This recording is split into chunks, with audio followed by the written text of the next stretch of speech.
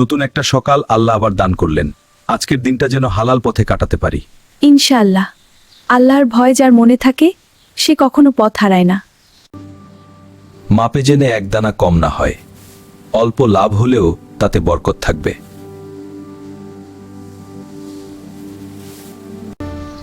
বাবা, আমার টাকাটা একটু কম, তবুও কি চালটা দিবে? আপনি যত পারেন দিন, বাকিটা আল্লাহ পূরণ করবেন। আলহামদুলিল্লাহ।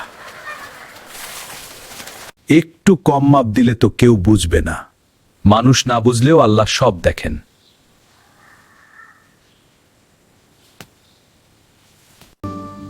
হে আল্লাহ, আমাকে সৎ রাখুন। দুনিয়ার লোভ যেন আমাকে অন্ধ না করে।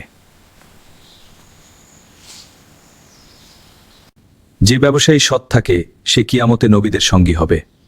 আল্লাহ আমাকেও সেই দলে রাখুন।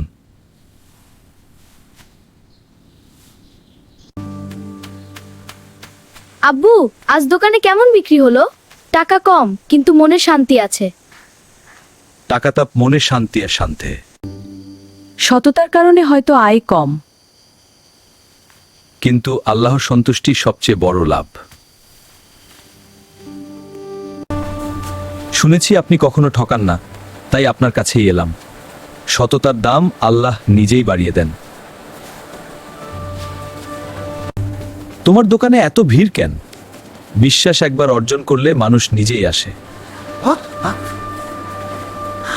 তোমার কেতে গিনুর একটা যা আছে। আজ ঘরে খাবারও বেশি। সততার বরকত।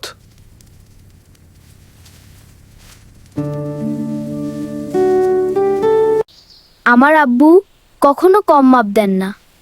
তোমার আব্বু সত্যিই ভালো মানুষ।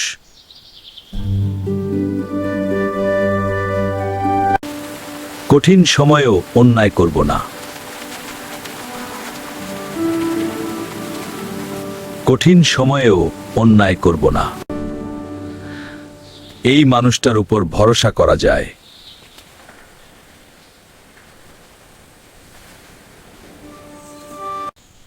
টাকা না থাকলে চিন্তা করবেন না, আল্লাহ আছেন।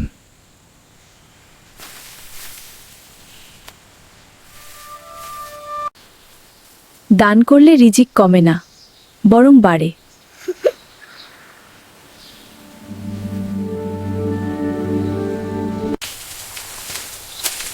পরিশ্রম আর সততা, এই দুটোই আমাদের সম্পদ। হ্যাঁ, আল্লাহ ন্যায়পরায়ণদের ভালোবাসেন।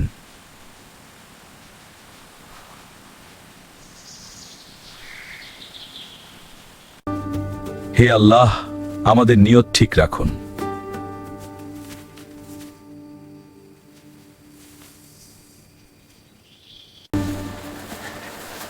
আপনার দোকানই এখন গ্রামের সেরা।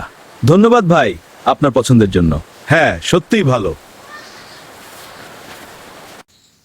হালাল উপার্জন ইবাদতের অংশ। জি ইমাম সাহেব, সৎভাবে উপার্জন করলে তুমি আল্লাহর সন্তুষ্টি পাবে। আমি চেষ্টা করব। অল্প হলেও হালাল খাবারই শান্তি দেয়। হ্যাঁ, তুমি ঠিক বলেছ। আমার খুব ভালো লাগছে।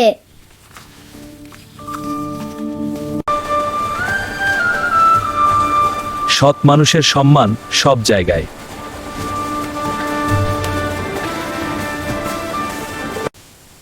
আব্বু, আমি বড় হয়ে তোমার মতো সৎ হব। সততাই মানুষের আসল পরিচয়। মানুষের চোখ ফাঁকি দেওয়া যায়, কিন্তু আল্লাহ সব সময় দেখছেন। তাই সৎ থাকাই সবচেয়ে বড় সফলতা।